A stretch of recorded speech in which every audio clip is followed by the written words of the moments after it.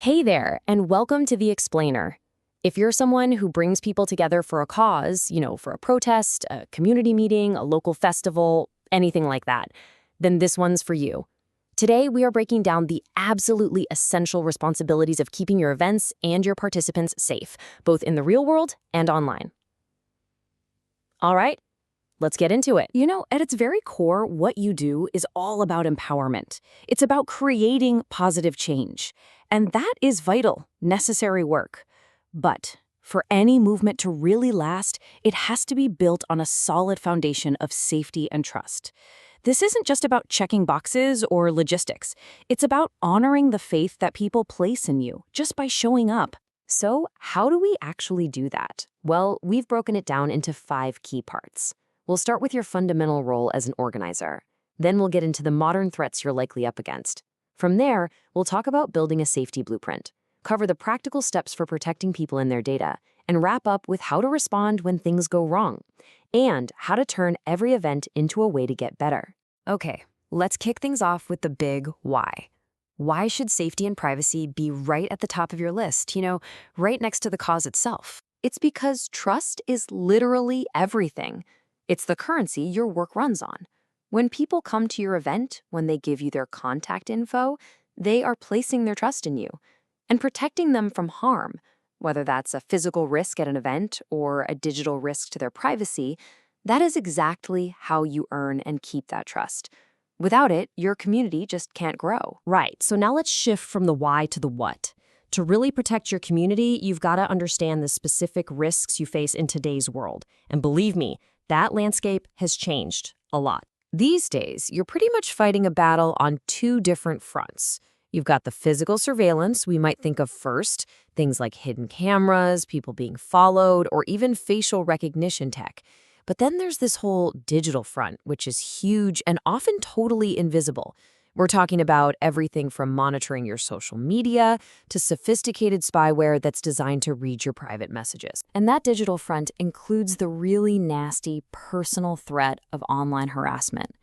This is not just some random internet trolling. It can be coordinated campaigns of abuse, the incredibly dangerous act of doxing, where someone's private info gets blasted all over the internet, and, of course, the deliberate spread of lies to discredit your work and scare off your supporters. Okay, so we've laid out the risks. And I know it can feel like a lot, but now we're going to shift from looking at the problems to building solutions. It's time to get proactive and actually build your safety blueprint. A solid blueprint really stands on 4 pillars, and it takes you from thinking about it to actually doing it. You start with a risk assessment. What could realistically go wrong at your kind of event? Then you create safety procedures based on those risks. Next to that, you build clear privacy policies for your community's data. But none of that works without the 4th pillar, communication and training, because a plan that just lives in a document, that's not a plan at all. So, with that blueprint in hand, let's get into the nitty-gritty of putting it into action. How do we protect the actual people who show up and the digital trail of information they're trusting us with? Let's talk about registration data first, the names, emails, phone numbers you collect. The golden rule here is what's called data minimization. Basically, if you don't absolutely need to know it, don't ask for it. And for the data you do collect, you have to be totally transparent with people about how you're storing it and what you're using it for. This same thinking goes for your contact lists. I mean, these lists are organizing gold, but they're also a massive responsibility. They have to be kept secure, not just sitting in some shared spreadsheet anyone can access. And you absolutely must have clear consent to add someone, plus an easy, obvious way for them to opt out whenever they want. Now, this is a big one that people often forget. Attendee privacy at the event. It's great to take photos and videos to show how awesome your cause is, but you have a real responsibility to the people in those pictures. The rule should be simple. Always get consent before you post an image or video of someone online where they can be identified. Not everyone can or wants to be publicly associated with your event. And on a daily basis, here are 3 things you can put into practice immediately. 1.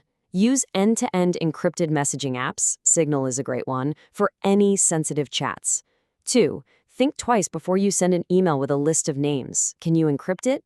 And 3, seriously, take 5 minutes and go check the privacy settings on your social media accounts. These little things make a huge, huge difference. But here's the thing, no matter how well you plan, stuff can still go wrong. So this final section is all about what to do in the moment, and just as important, how you can learn from every single experience to get smarter and stronger for next time. An incident response plan sounds really official and scary, doesn't it? But it really just breaks down into 4 logical steps. First, you identify the risks for your specific situation. Then you establish teams by giving people clear roles before a crisis hits. Who's in charge of security? Who's the medical contact? Next, you develop your communication protocols. How are you going to get info out fast? And finally, you have to conduct drills. You have to practice. A plan you've never practiced is just a theory. So, you planned, you acted, you responded. The event is over, the dust has settled, but the work isn't done.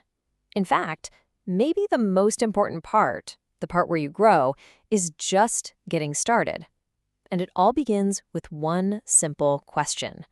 What did we learn? This is where the debrief comes in. And let's be crystal clear.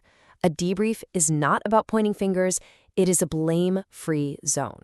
The whole point is to get honest feedback from your entire team, your staff, your volunteers, even participants, to figure out what went well, what the challenges were, and what powerful lessons you can take with you to the next event. And so we'll end right back where we started, with the one thing that matters most. Your work is built on the trust of your community. Taking these steps, from the planning and prevention to the response and reflection, that isn't just a chore. It is how you actively earn that trust, day in and day out. So the question to leave you with is, have you earned it?